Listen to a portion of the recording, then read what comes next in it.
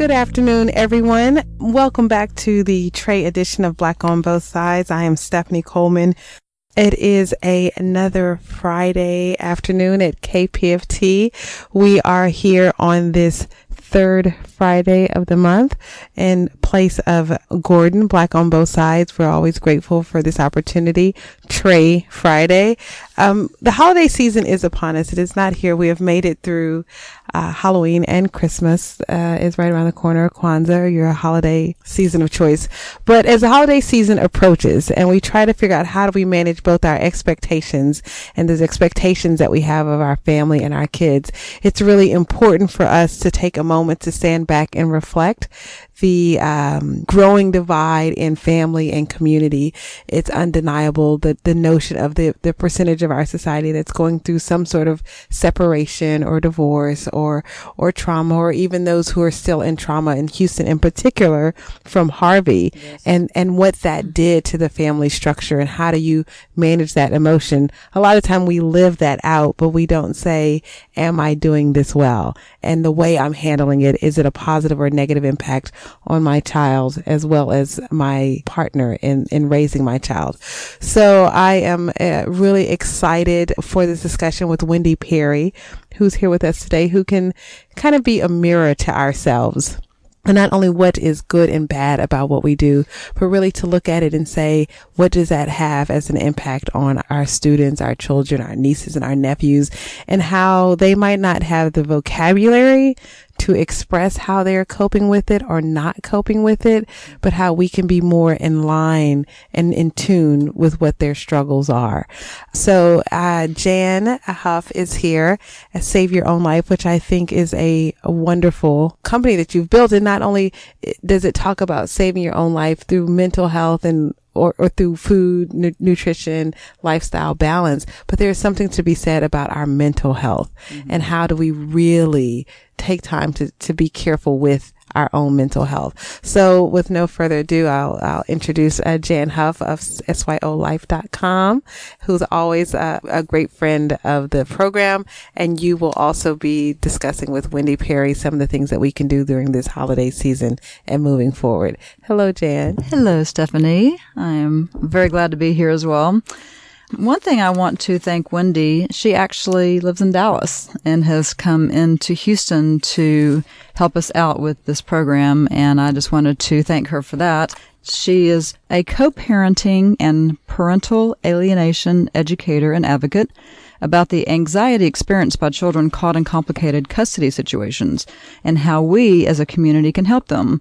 She is host and chairperson of the Dallas-Fort Worth Parental Alienation Awareness Day and the 2017 Parental Alienation Symposium.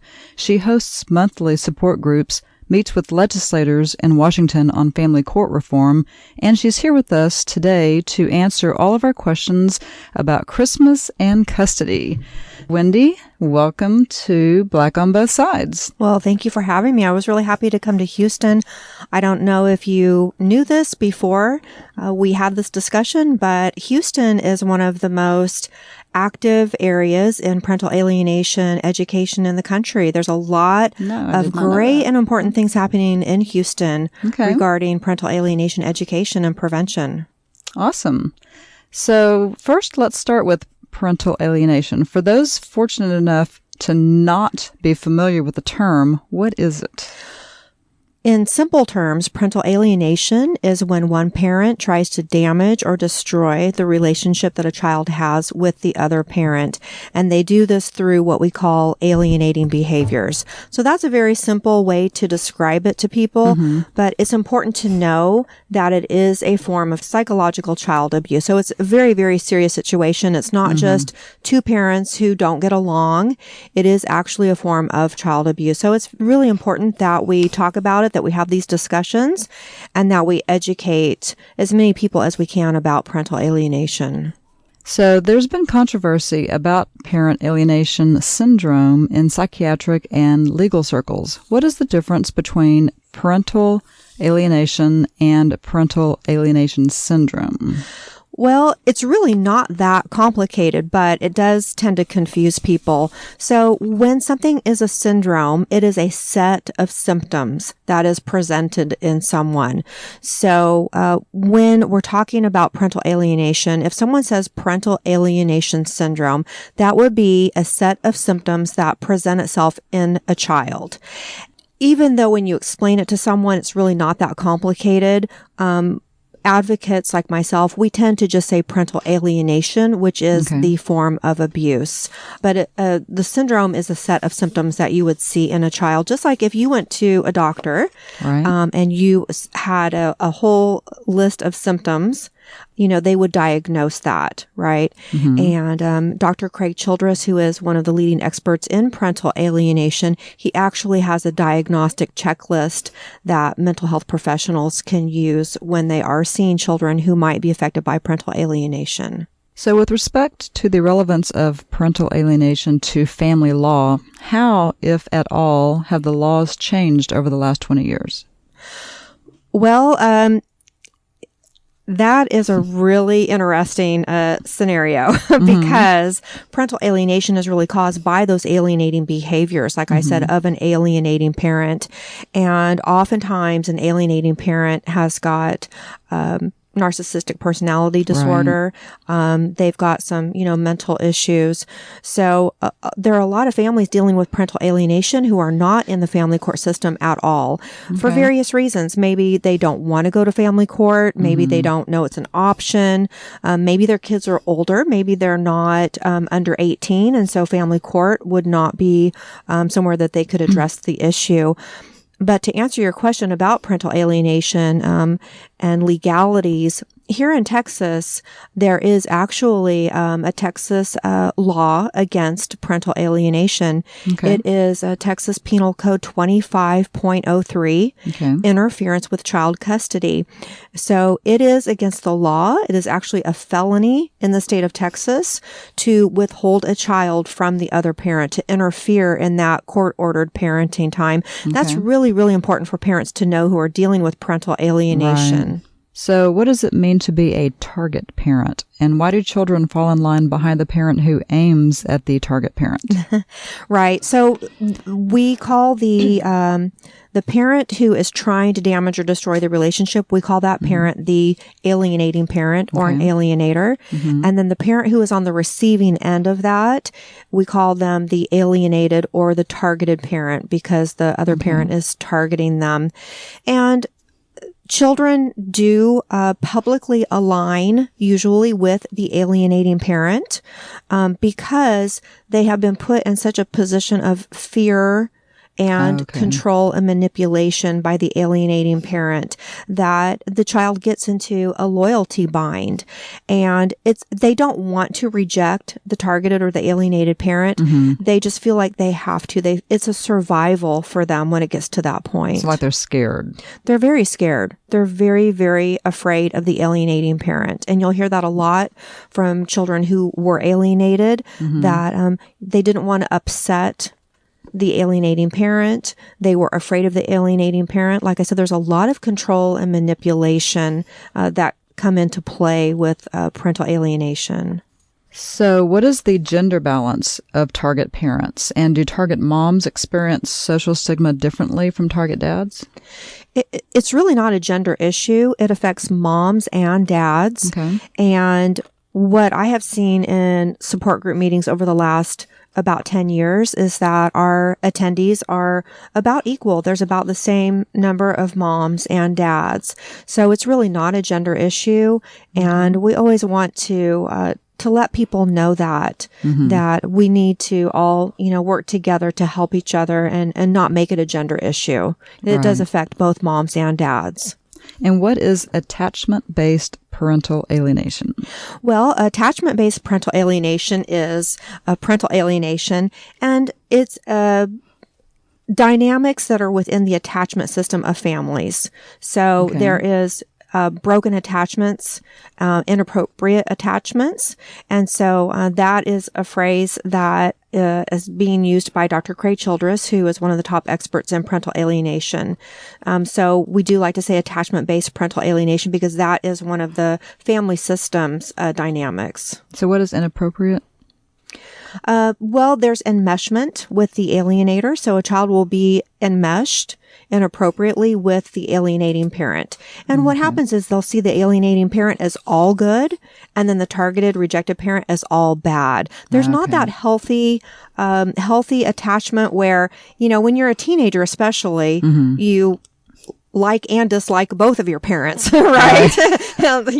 Sometimes they're both great and sometimes you can't stand both of them, But with an alienated child, what you'll see is that they see one parent as all good and all perfect and the other parent is all bad and all horrible. So it would be really hard for that parent to come into the light of being good to that child. Or is there something that parent could do to show that they're not all bad? Well, they can keep trying, and it's really important to keep trying, to keep reaching out to your child, showing them unconditional love and understanding.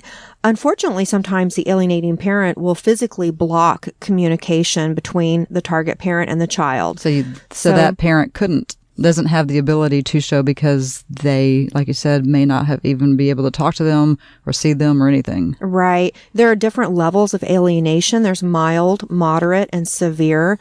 And in severe cases, the targeted or the alienated parent, they are physically blocked and cannot get communication through to their child. So in that case, it's really, really difficult.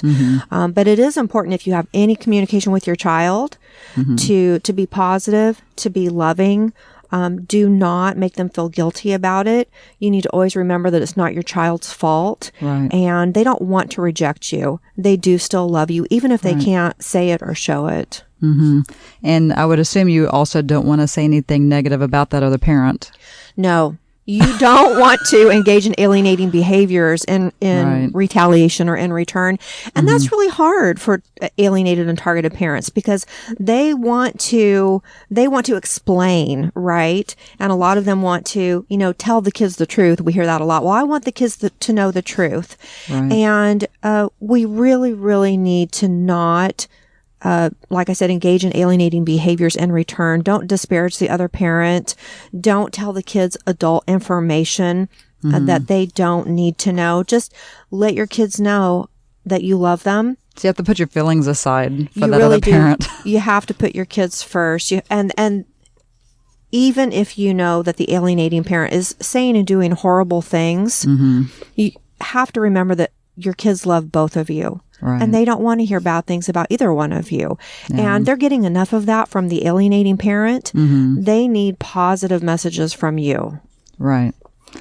So are parents with personality disorders such as borderline personality or narcissistic personality disorder more likely to engage in alienating behaviors? Well, I would say they're probably more likely to engage in it. One of the things to note about that is that when you get a divorce, in the beginning, usually both parents are sad, mad, bitter, angry. They've got some healing to do, right? And so it's very, very common in the beginning stages of a breakup for there to be some alienating behaviors from both parents. But if you have a emotionally, mentally healthy parent, they will usually recognize, oh, I shouldn't be doing this. This is not good for my kids. This is hurting my kids. And they will stop or they will, start working on that in themselves. But when you have someone who has narcissistic personality disorder and other disorders, like you mentioned, that they don't see it that way. They don't they don't stop and go, well, maybe I need to stop doing this. So right. Well, narcissism is all about only thinking about yourself and how things benefit you. Right. So that definitely makes sense. So even the most well-meaning of parents occasionally, in moments of genuine provocation, express frustration with their ex by losing their temper, rolling their eyes, which is hard to not do when you're frustrated, Right. sighing, or even making negative comments in front of the children. What advice would you give to a parent who feels guilt about such mistakes and worries about the impact on their child?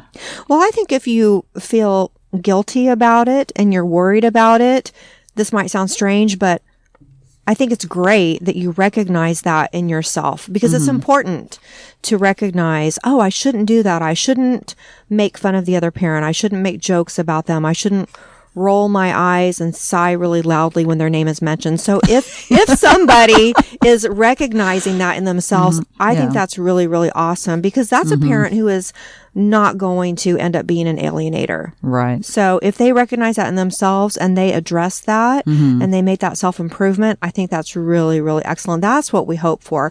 We hope for parents who can have that self-awareness and realize that they need to stop engaging in those behaviors. Okay. So you were featured in a documentary about parent alienation. Would you mind sharing your story with us? Well, there is a documentary called Divorce Corp that is actually all about the family court system and how the family court system operates. So in the documentary, they actually never say the words parental alienation, but every case that they talk about in the documentary does have parental alienation in it. Okay. It's a really interesting story.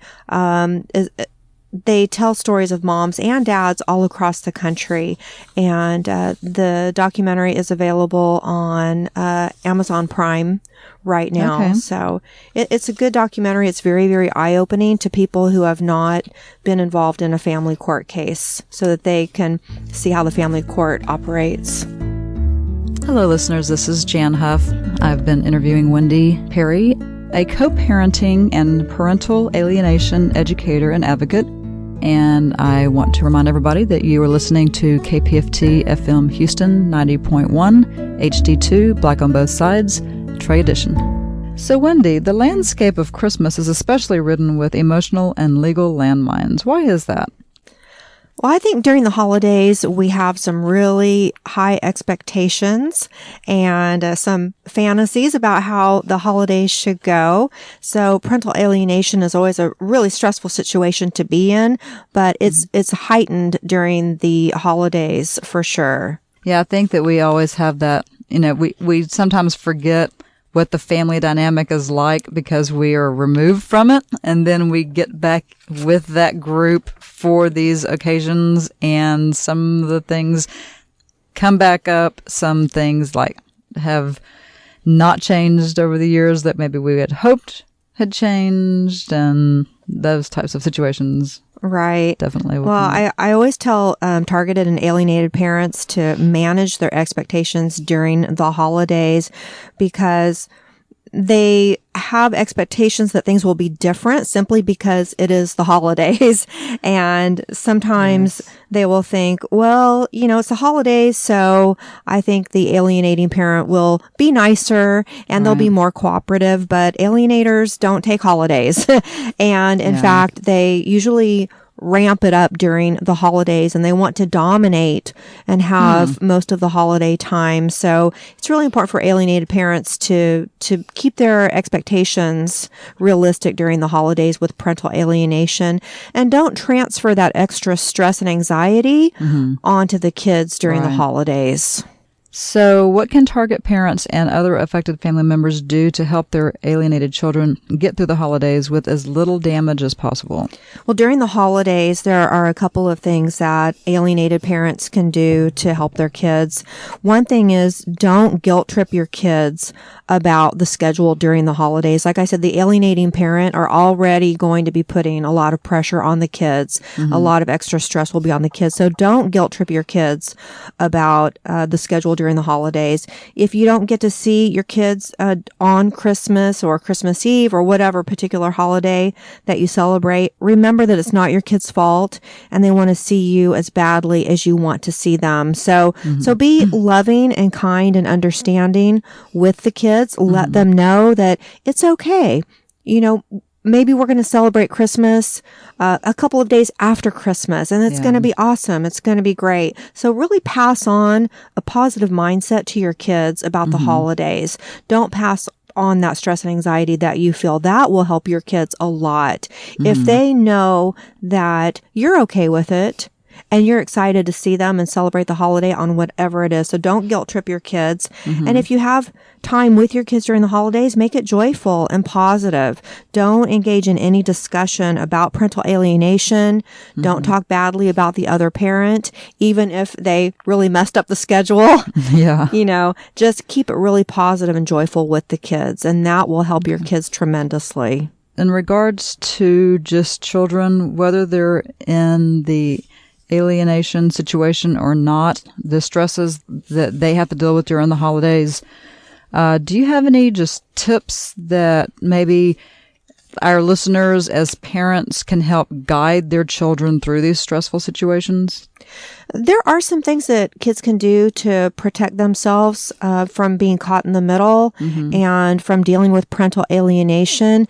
It's a really it's something that targeted and alienated parents want to approach cautiously because, again, we should never disparage the other parent. So we don't want to say to the kids, well, your other parent is an alienator. They're abusing you. So we want to be really, really careful about how we have that discussion. But there are some things that kids can do to protect themselves.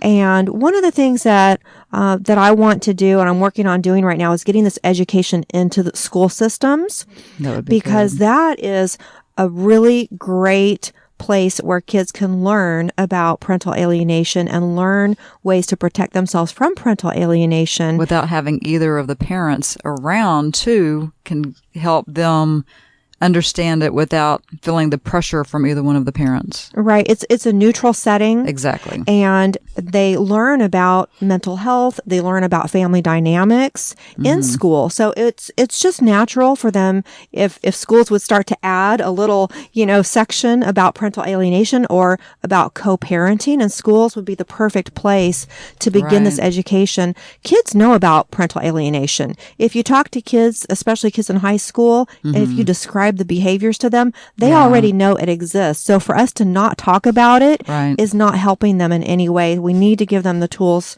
to help with this. And if we say it as co-parenting education, it has a lot more positive sound to it. So if any of your listeners are thinking, wow, I would love to have that education in our schools, reach out to me, because I give presentations to parents. We could do like parent-teacher, education. Also, we can go in and educate counselors and school administrators. So, speaking of reaching out to you, how can our listeners reach out to you? They can contact me via email at wendyperryconsulting@gmail.com. And they can find me on Facebook. If they put Wendy Perry Parental Alienation, they'll find my Facebook profile. And then if they want to send me a message, tell me where they live, what area they live in, I can refer them on to support groups in their area if they want to go to in-person meetings. And we also have online support groups. This is Jan Huff. I've been interviewing Wendy Perry, and I want to remind everybody that you are listening to KPFT FM Houston 90.1, HD2, Black on Both Sides, Trey Edition. So back to tips to help children. Yeah, so some of the ways that we can teach kids to protect themselves from being caught in the middle and to safeguard themselves from parental alienation is kids can tell their parents very straightforwardly that it's not fair to expect them to choose between the two parents and to tell their parents, I have a right to love both of you and I do love both of you and I'm going to keep loving both of you, and remind their parents that their adult problems are between them and that it's not appropriate to tell them about their adult problems. And, it's really hard for kids to do this, to stand up to a parent in that way. But once they start doing it, it gets easier and easier every time. And it's really important that we do start to teach kids these skills. The kids can come right out and say to the alienating parent, I get the feeling that you don't want me to love my other parent. Is that true? What would a parent say to that, right? If a kid said to Right. them, do you not want me to love my mom? Do you not want me to love my dad? And they can directly ask their parent, will you still love me if I also love my other parent? Okay. And they can say, because, it seems like you don't want me to love my other parent. Right. It seems like you don't want me to have a relationship with them. Why don't you want me to love them? So again, Right. this is hard to say the first time, but it's really important that we teach kids these skills. And when a parent starts bad mouthing the other parent, it's good for the kids to just walk away and just say, I don't want to hear you talk bad about my other parent anymore. I love you both. I like that. Anything else? Another thing I think that's good to talk to kids about is that the alienating parent will usually stress a big mistake that the alienated or the targeted parent might have made. And it might be real, it might be totally fabricated. But they will, really stress how your parent did this one horrible thing. And I think it's good for kids to ask themselves, do I want to be judged and rejected just for one mistake that I made? Right. Right. And to really encourage our kids to use their critical thinking skills in that way. And also to ask them, now, if no one had ever said anything bad to you about your other parent, would you still feel that way about them? Would you still say you hate them, reject them, you don't want to see them? If no one had ever said anything bad to you about your other parent, would you still feel the way you're feeling right now? So encouraging those critical thinking skills is really incredibly important with alienated kids. And again, this is something that we could have addressed in our schools. We could have some education about this in our school systems. Yeah, I think it's really important to have something like this in the school systems just because there are so many families that are dealing with this, with the divorce and with, living with two different parents, and just giving these children the tips, the coping skills for all of that will make, the whole family a much healthier family. Well, alienated kids deal with a lot of stress and anxiety, self-harm behaviors, substance abuse, and many of them have suicidal thoughts. Yeah. And that's a very real problem in our schools, to have kids with that level of anxiety and depression and emotional pain. Yeah. So do you have any other tips for the children? For the kids, like I said, just encourage those critical thinking skills with the kids. Let them know that it's okay to say, I love you both, and I'm going to see you both. I think we really need to encourage our kids to use their voice in that way. Okay. And do you have any tips for adults dealing with all of this? Yes, we have a lot of tips for the adults, that's for sure. So, it's really hard on the parents, but there are some definite do's and don'ts of co-parenting, and proper co-parenting is the prevention to parental alienation. Okay. So the do's of proper co-parenting would be always speak favorably about the other parent to and in front of the child. Okay. Always make sure the other parent is included on all school records and medical records. You want to make sure the other parent is included. That's proper co-parenting. Always include the other parent in all communications and meetings with schools and doctors. Okay. And always follow the court-ordered custody schedule. Always make sure that your child sees the other parent. Remember, your child naturally loves both parents and wants to see both of you and have a relationship with both of you. Keep communication open with the other parent. Communicate about the child's development. As I said, school issues, medical issues. Compromise with the other parent when you can. And one thing to try to do is to hold the other parent in high esteem, even if you don't like them anymore. But hold them in high esteem simply because they are your child's other parent. Right. Try to treat them with the same respect that you did when you were in love with them, which is really hard for people to do because they're not in love anymore. But if you can just do all that you can to put your child first, right, and that will keep things on the right path. Okay. Anything else? During the holidays, join support groups like we talked about before. It's important to do that all throughout the year to have a good support group. But during the holidays, I just want to remind the alienated and targeted parents to do things you enjoy during the holidays. do things that you enjoy doing. A lot of alienated and targeted parents, they feel guilty and they feel like they should be sad all the time. But it's okay to enjoy the holidays. Take care of themselves. Take care of yourself. Get good rest. Eat well. All of those things that we know that we're supposed to do, right? Right. But do fun things that you enjoy doing. You don't have to focus on parental alienation 24/7. Do things that you enjoy for yourself. It's so important. It's important for you, but it's important for your child too, because your child needs you to be healthy and happy. I was just about to say the same thing. I mean, in my website, syolife.com, I actually give lots of examples of that very thing. So my tagline is actually health, wellness, and happiness. And because happiness is so important to your health, so to do things that make you happy and to include different types of exercise and being outdoors and, getting all the benefits from outdoors as well. So can you point us toward resources for parents and grandparents who are searching for ways to help their alienated children? Yes, and I'm glad that you mentioned grandparents, because when there is parental alienation, it's not just the parent that is alienated. It's usually that entire side of the family. So there are a lot of broken-hearted grandparents out there who don't get to see their grandchildren because of parental alienation. So it's really important that we do mention that it affects siblings, grandparents, aunts, uncles, and dear friends who no longer are able to have a relationship with the child. Well, yeah, because I can just imagine, I'm very close with my nieces and nephews, and I would not want to be in that situation where I wouldn't be able to see them. So that is a very good point. It's really painful for the entire family, and it affects everyone in the entire family. Well, there are support group meetings all across the country. Okay. So if any of your listeners want to contact me, I can connect them with a support group in their area. We've got a lot of great online support groups. And we've got some events coming up in the near future. I was just about to ask if you had any of those. Yeah. So here in Houston, we have support group meetings every second Sunday of the month. Okay. From 5 to 7 p.m. And that's an ongoing thing, and it's hosted by a couple of people who have been trained by Dr. Craig Childress in attachment-based parental alienation. Okay. So if the listeners want to contact me, I can give them the details of those meetings that are every month.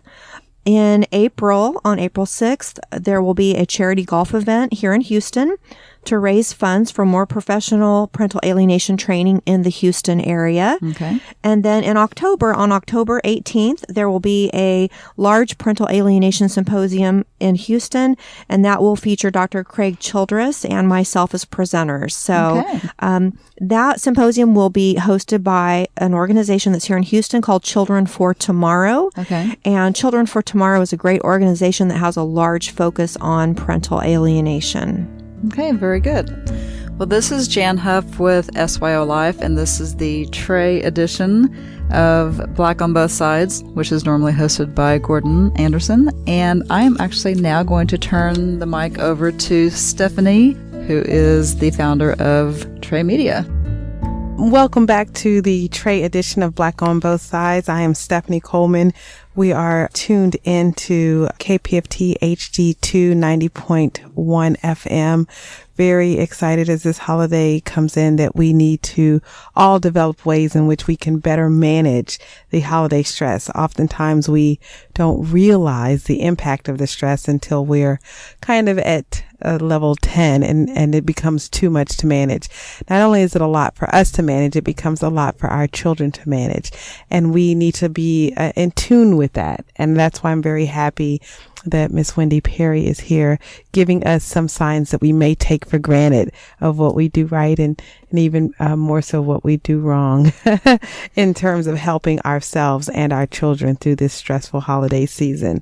For those who are in Houston, we are a year and several months past Harvey, and many homes were affected by Harvey, not only financially, but it was a breaking point for many relationships that were sort of teetering on that beforehand. And so you compound the stress of the holiday with the anniversary of trauma and throw on top of that how we might be feeling about our partner or no longer partner in parenting. And it becomes a lot to navigate. It becomes a lot to figure out what emotion is related to what crisis and how we deal with this. So Wendy, you have educational events, you're part of many support group meetings, and you've received worldwide attention. From the collaboration with top experts on parental alienation, such as Dr. Richard Orshak and Dr. Craig Childers, you've seen a lot. And you know it not just to be theory, but you sort of see it firsthand. And we take for granted, one, that our children are strong enough, either that they are strong enough to handle this or that they're too young to be aware of this. And that puts a lot of undue stress on them, because I always say, if I'm having a bad day, I can just call out of work.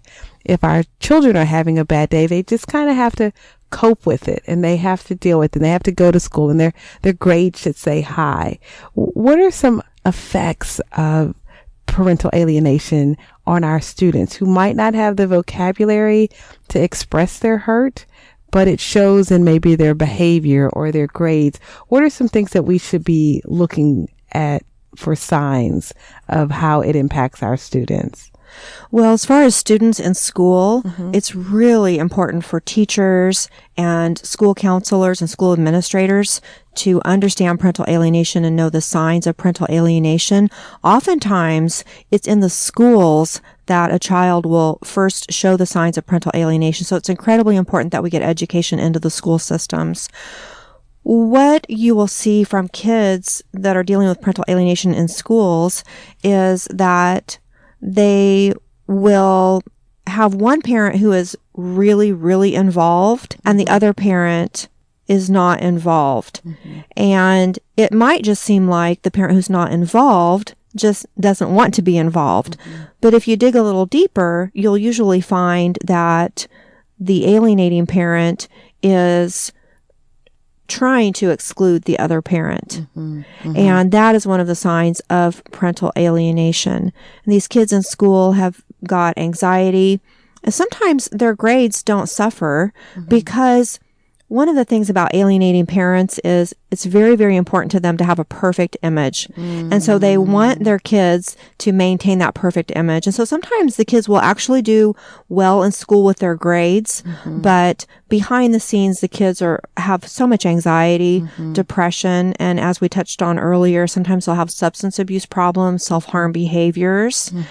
So it's a really, really sad situation for the kids, because it's hard for them to open up and share with people what they're going through. And it is very, very important for everyone at the schools to understand the signs of parental alienation and to know that if there's a parent-teacher conference, that they should contact both parents and make sure both parents have got the information.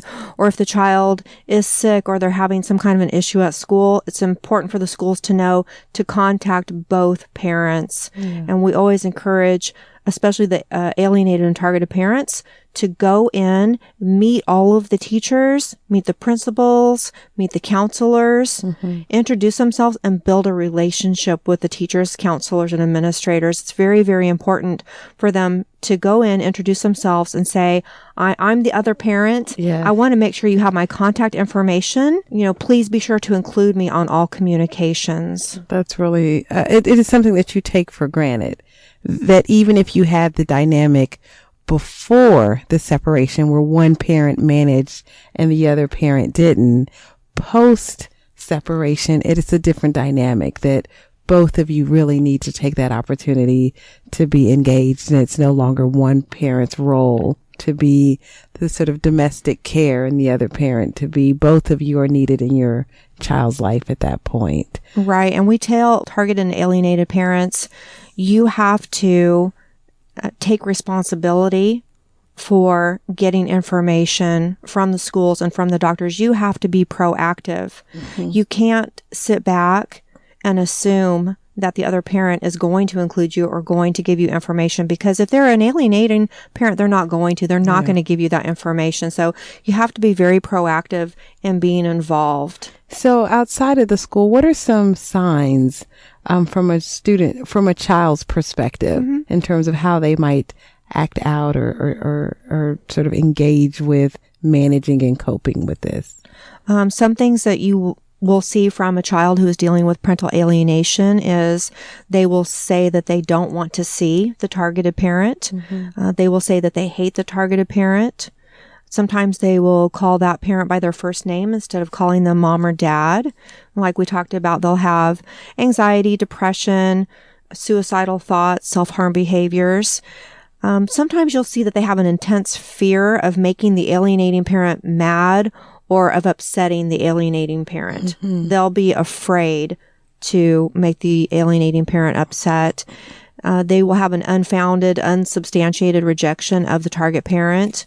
And they view the alienating parent as all good and the rejected parent as all bad. And another thing that you'll see in alienated children is they'll start parroting what the alienating parent says. So the child will say things that are not age appropriate, that it sounds just like the other parent, right? Maybe they'll say something negative about you and you think, wow, that actually sounds like my ex. Yes, verbatim. Because it is. They will start parroting what the other parent says. And then sometimes the child will send letters, emails, text messages saying that they don't want to see the other parent. And sadly, some of these letters, emails, and text messages are actually written by the alienating parent. So if you get something from your child that sounds like it's not them, it's probably not them. It was something that was possibly written by the other parent or maybe dictated by the other parent. So those are some of the signs to look for in the kids. Wow, this is, I think it's really helpful for us as adults who somehow lucked into this title of being an adult to remember that our behaviors can also be modified, that we are also growing, and we don't have a perfect balance. We're all doing our sort of best, but it is important to sort of self-check and to listen to trends when other people are sort of checking us. If you hear more than once that, hey, maybe that wasn't the best thing to say, or hey, have you considered another way to talk to your child, that in the long term for the health of our children, we should really take that serious. And I think we also forget that children and our child is not just our 5-year-old and our 7-year-old, that really 18 and 19 and 20-year-olds have just as much of a challenge with managing this as those who are younger. And although we feel that they have a vocabulary, they don't necessarily have this vocabulary. They don't quite know how to pick when now they actually have the choice to pick. It lasts into adulthood. Yeah. And we should point that out, that as long as the child is still under the control and manipulation of an alienating parent, they will stay alienated even into adulthood. So it's incredibly important that we get this education out there to everyone. And everyone knows someone who has been affected by parental alienation. Yeah. If it hasn't happened to you, you know someone that it has happened to. Yeah. And it's really important that we talk about this form of abuse, because we talk about all other forms of abuse. We talk about sexual abuse. We talk about elderly abuse. Yeah, elderly, yes. Financial abuse. Yeah. We talk about all other forms of abuse except this form of abuse. And this is destroying our children. Yeah. I mean, this is breaking their hearts. And we need to remember that our kids love both of their parents, and it's critical to their mental and emotional health that they're allowed to love both parents and have relationships with both parents. So we have to put that first and remember that even if we don't love that parent anymore, the child still does. And the child is half of each parent. That's right. And if you tell your child, your other parent is not worthy of love, they're worthless. Yeah. Well, what are you telling that child? You're telling that child half of you is worthless. Yeah. It's half of you is worth nothing. Yeah. And is not lovable. Yeah. That's not what we want to tell our kids. Yeah. We want them to know that they are lovable. They're worthy of love. Yeah, I think we're really glad to have you on, and really hope, Wendy Perry, that you could come back in and even if there's any way through KPFT that we can sort of help spread the word, because we do need support and strategies for staying connected with our children through these complicated times. If not just our children's friends, their circle of influence, if they're impacted, our children are impacted. So it doesn't just happen in someone else's home. Their home now impacts all of our homes, and our home vice versa. So as we we, begin to close out, I just want to reconnect everyone with your website where they can go for more information. And that's targetparent.com. Yes. As well as Wendy Perry Consulting at gmail.com. It has really been elevating for us in this holiday season and hopefully for our listeners as well to learn the things that we take for granted in terms of our behavior and to really be responsible and responsive and in tune with our impact and the power of our words. That's one of the beauties of KPFT, is that we have this freedom of speech, but it comes with incredible responsibilities with that freedom. And we should not only do that on this station, but we should do that to our fellow citizens and definitely to our family and our children and that which is our future, because that trauma continues in their adulthood and then it impacts us as a society as a whole. So it does. And this actually goes on in future generations because it is a family dynamic that repeats itself. And so it's yet another reason that it's so important to get education out there.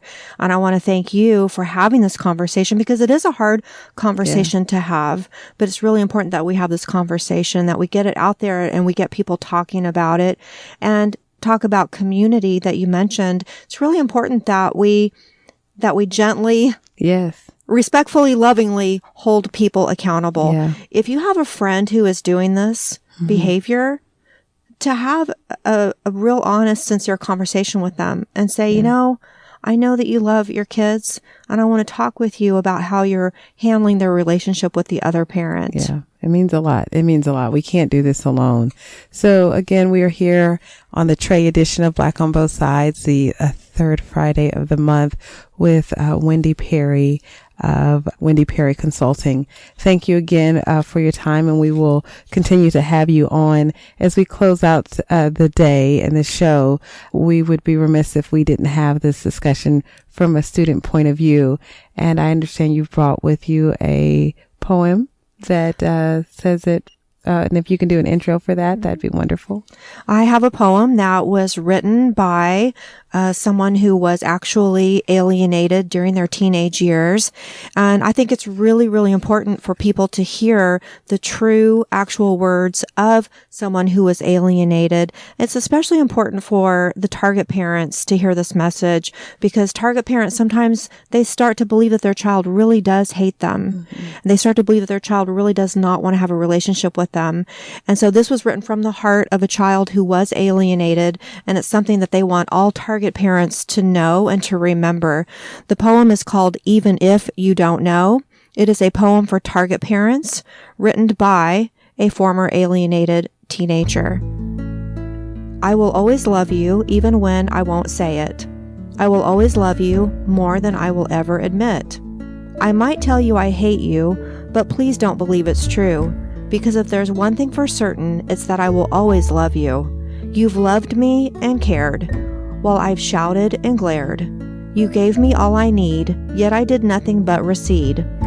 But what you never knew is that no matter what, I still always loved you. I hope you know that's true. Through our ups and our downs, our tears and our frowns, you never gave up on me, and from that, your love I see. There's no one else I'd rather you be, all because you love me unconditionally. That's Wendy Perry of Wendy Perry Consulting.